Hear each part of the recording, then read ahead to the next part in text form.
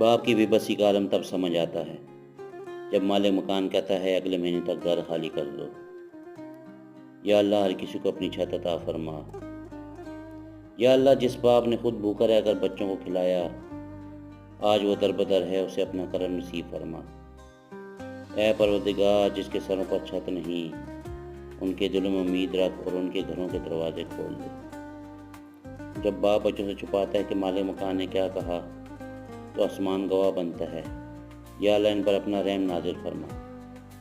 اے رب وہ باپ جو دن رات مزدوری کرتا ہے صرف ایک چھت بچانے کے لیے، اس پر اپنا خاص کرم فرما۔